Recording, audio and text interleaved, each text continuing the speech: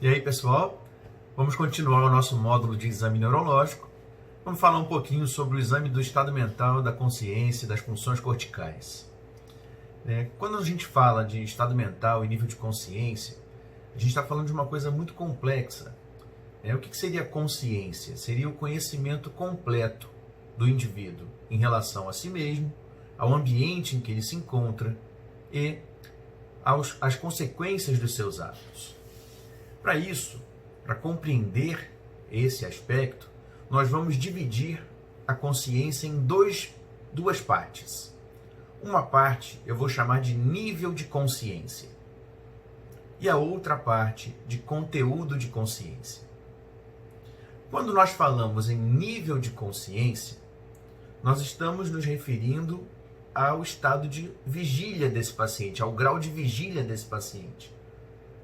O nível de consciência ele está intimamente relacionado a uma região do tronco encefálico que vai até um pouco ali no diencéfalo, que é a formação reticular ativadora ascendente, que tem a função de receber estímulos e ativar o córtex.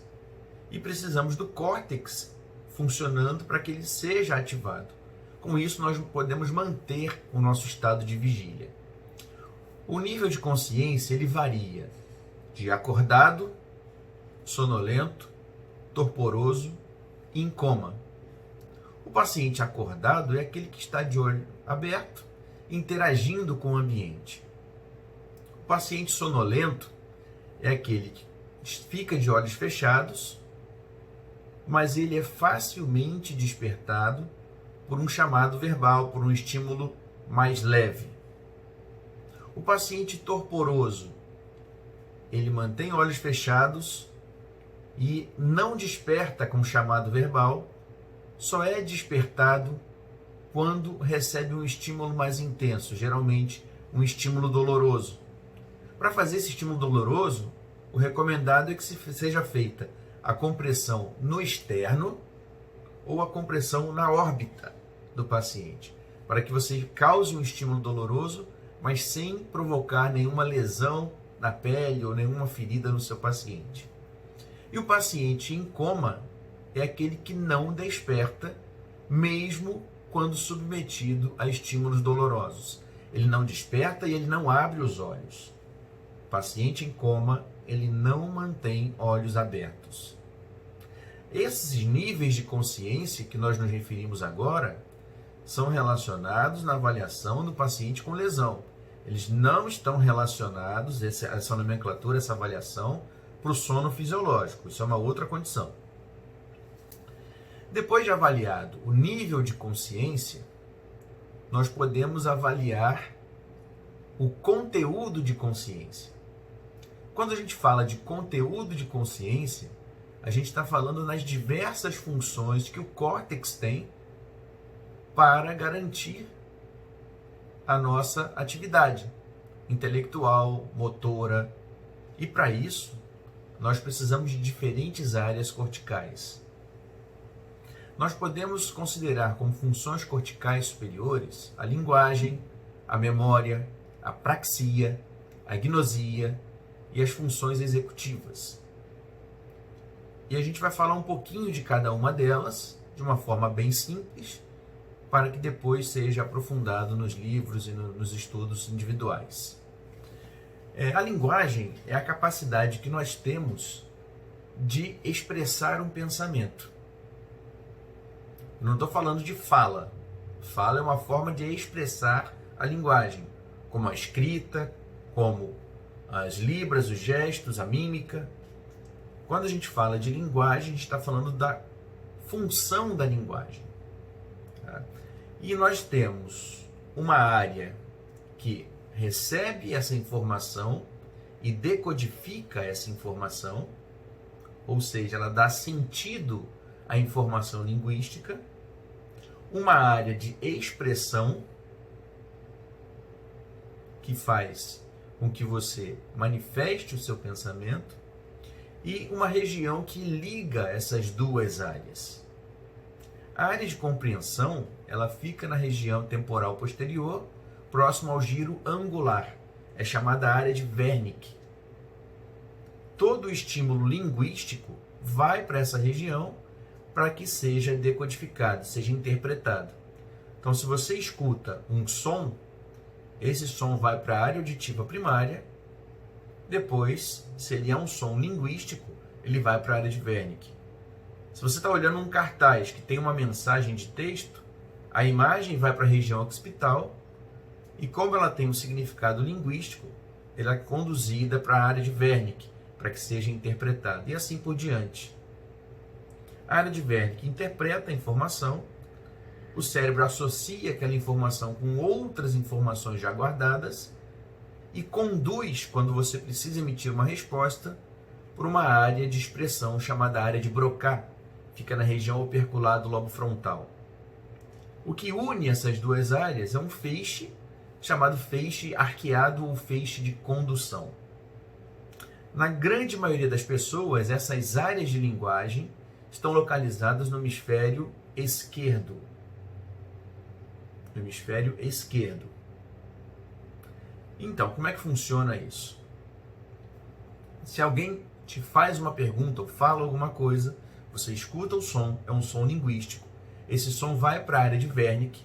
A área de Wernicke interpreta aquela informação, associa com outras informações armazenadas em diferentes áreas. Através do feixe de condução, envia para a área de Broca a sua resposta. A área de Broca organiza a sequência motora da fala, envia esse estímulo para a área motora primária, cordas vocais, aparelho fonatório e você responde. É assim que funciona. Quando nós temos uma lesão, né, em uma dessas áreas de linguagem, nós vamos ter como manifestação clínica as afasias. Afasia é a alteração de linguagem provocada por uma lesão nessas áreas corticais da linguagem. Então, de forma bem simples, existem várias outras alterações de linguagem, mas a gente vai resumir aqui. A lesão na área de Wernicke impede principalmente a compreensão, mas ela não interfere na expressão da linguagem.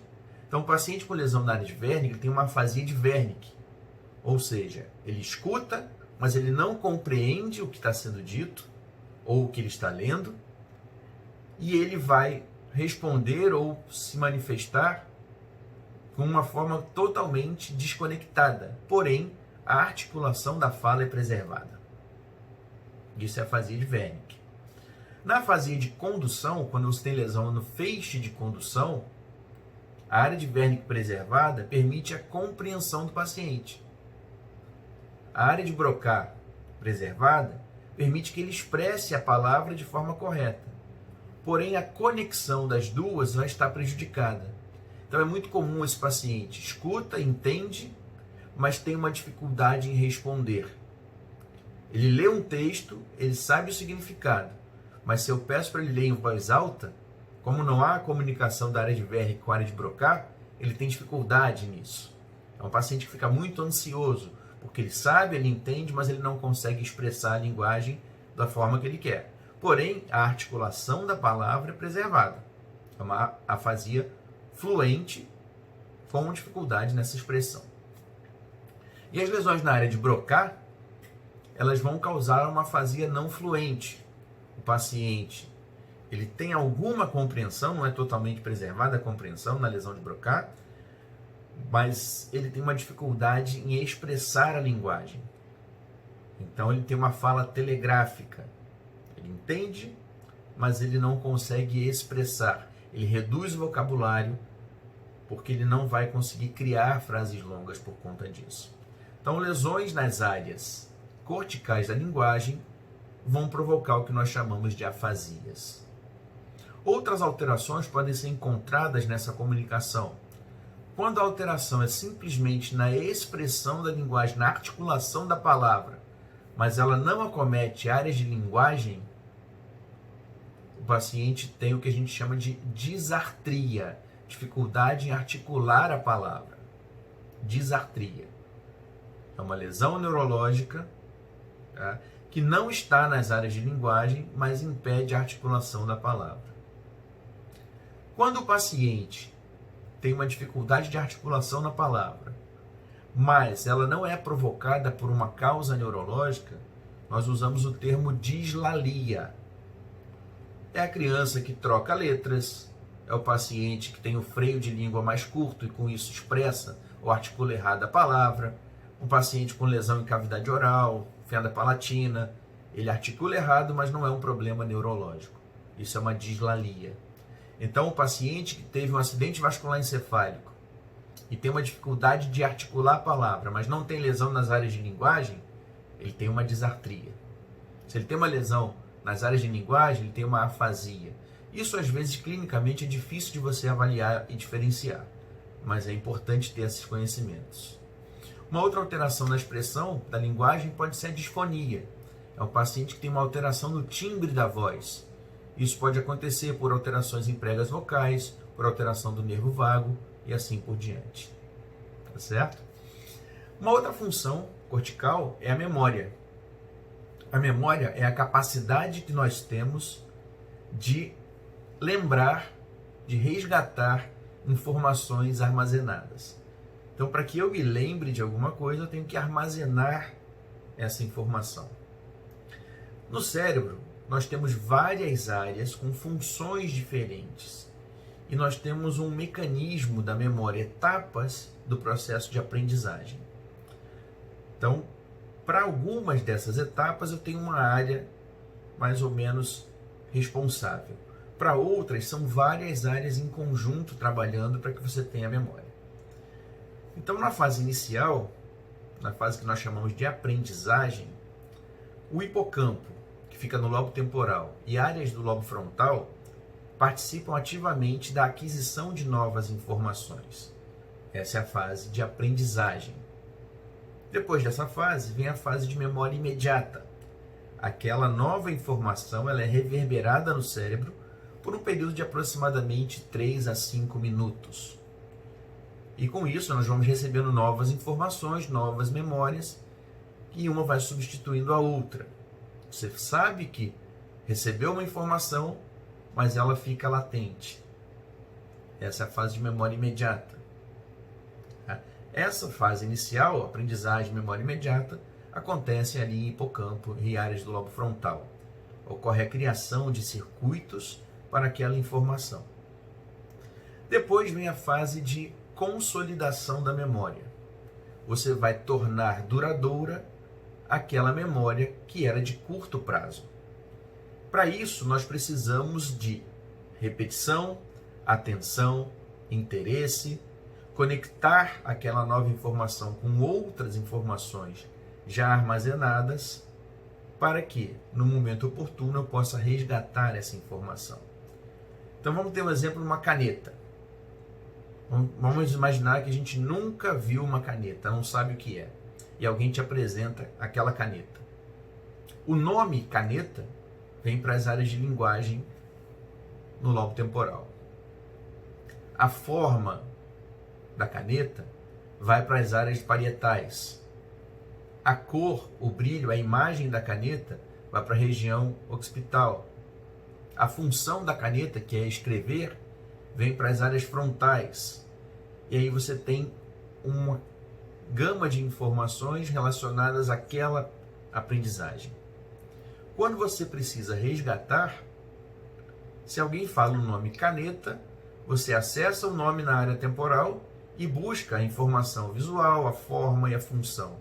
Se alguém fala o objeto para escrever, você pega aquela função e resgata o nome, a forma, a imagem. É assim que o cérebro funciona.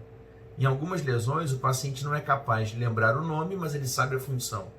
Não é capaz de lembrar a função, mas ele sabe identificar o objeto. Então, as áreas vão se dissociando de acordo com as lesões que o paciente apresenta. E a última etapa é a etapa de consolidação. É o momento em que você precisa resgatar aquela informação, de evocação, desculpa. A próxima etapa é a etapa de evocação. É o momento em que você tem que resgatar aquela informação armazenada. E para isso você vai usar, tá, as várias áreas que você usou antes para consolidar essa informação. Então assim funciona a memória. Quando nós temos alterações de memória, nós chamamos de amnésias. Um paciente com lesão em hipocampo, em áreas que participam do processo inicial de aprendizagem, eles terão amnésia que nós chamamos de anterógrada. Ele pode lembrar coisas antigas já armazenadas, mas ele não é capaz de aprender coisas novas. Então, uma coisa dita há poucos minutos, para o paciente é como se não tivesse sido dito. Então, ele esquece fatos recentes. Nós podemos ter uma amnésia lacunar, em que um período, geralmente próximo àquele em que houve a alteração, o paciente não lembra, mas ele recorda fatos anteriores e recorda novos episódios. Por exemplo, ele teve um acidente de carro com um trauma crânioencefálico, edema cerebral, e naquele momento, naquele período de alteração, ele não é capaz de lembrar as informações porque a consolidação não aconteceu. Mas passado esse evento, ele pode lembrar ou aprender coisas novas e lembrar de fatos antes do acidente. É só uma amnésia lacunar, um período é perdido. E a amnésia retrógrada, quando o paciente vai perdendo as informações do passado.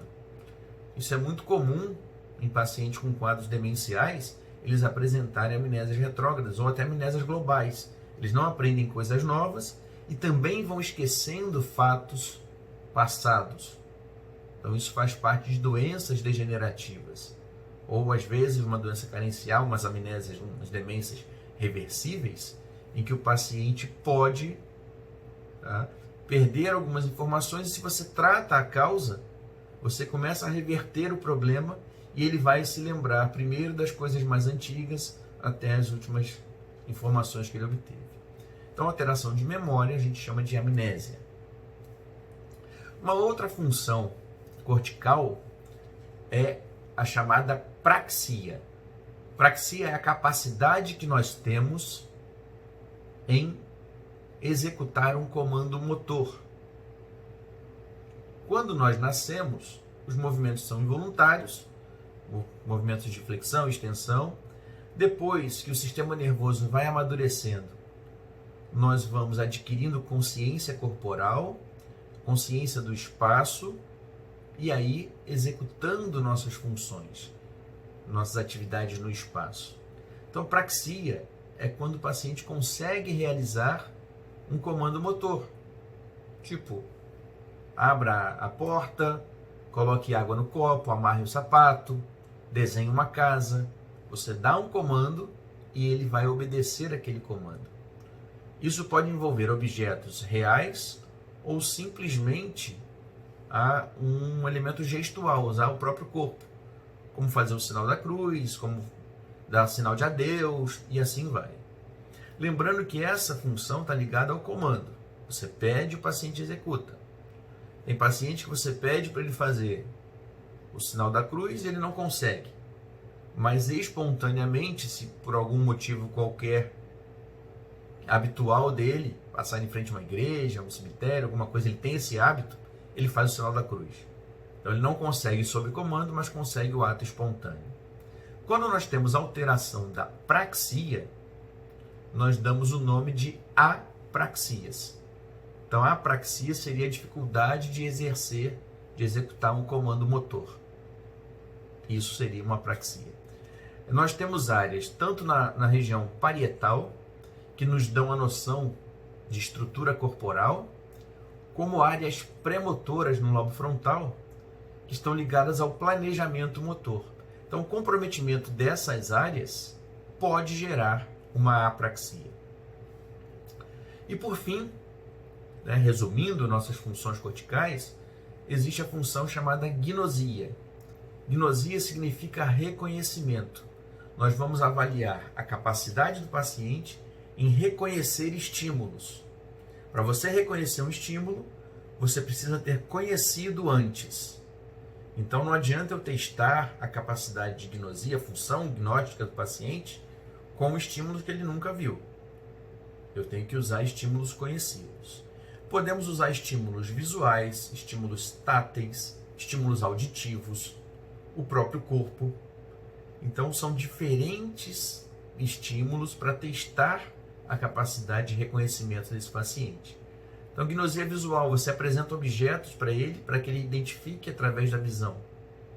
Gnosia tátil, paciente com os olhos fechados, você dá um objeto conhecido, uma chave, uma caneta, e ele tem que reconhecer através do tato. Chama gnosia tátil ou estereognosia. Gnosia auditiva, você apresenta sons conhecidos e o paciente tem que identificar aquele som, o telefone tocando, o barulho de uma buzina, um instrumento musical e assim por diante. E reconhecimento de parte do corpo, somatognosia. O paciente tem que ser capaz de reconhecer parte do próprio corpo, mão, direita, esquerda, os dedos da mão, ou reconhecer faces de pessoas conhecidas, chama prosopognosia. Com isso, a gente vai testando essas funções no nosso paciente. Tá? Lembrando que essas funções são interligadas, nós explicamos didaticamente uma por vez, mas uma depende da outra, a memória depende das informações de reconhecimento, o reconhecimento depende da memória, a linguagem depende da memória, a memória para expressar depende da linguagem e assim por diante. Quando nós temos o comprometimento da memória e de mais uma função cognitiva, nós damos o nome de síndrome demencial. Então, só o esquecimento puro não significa demência. Mas quando eu tenho um comprometimento da memória e de mais uma função cortical com impacto na vida do paciente, a gente chama de síndrome demencial. Tem várias etiologias, depois a gente vai comentar nas aulas de demência. Tá? E uma forma de avaliar as funções corticais de forma mais sucinta, mais rápida, é a forma mais simples, e você identificando alterações precisa usar outros instrumentos, é importante lembrar disso, tá? E em casos em que o paciente tem uma escolaridade muito alta, também eu preciso usar outros instrumentos, mas uma forma simples de avaliar é o mini exame do estado mental desenvolvido por Feinstein, em que você avalia 5 aspectos, né? Linguagem, você avalia a fixação da informação, a atenção, você avalia a evocação da memória e depois a parte de linguagem e construção desse paciente. É um teste bem simples, dura em torno de 5 minutos, feito com papel e caneta e que você consegue avaliar vários aspectos. A pontuação vai de 0 a 30 e os níveis de corte dependem da escolaridade do paciente. Então vale a pena depois dar uma lida na internet, tem esse modelo, tem artigos explicando como se faz o mini exame do estado mental. Ele é um exame de triagem, a gente usa muito em consultório, usamos outros aspectos, outros instrumentos de avaliação também, não é só o minimento, mas para iniciar essa avaliação neurológica, avaliação das funções corticais, eu acho que vale a pena ler o mini exame do estado mental e usá-lo como um treinamento para mais tarde usarmos outros testes, tá certo? Mas foi só uma pincelada sobre as funções corticais, fique ligado, tem mais aula aí chegando. Falou, um abraço, galera!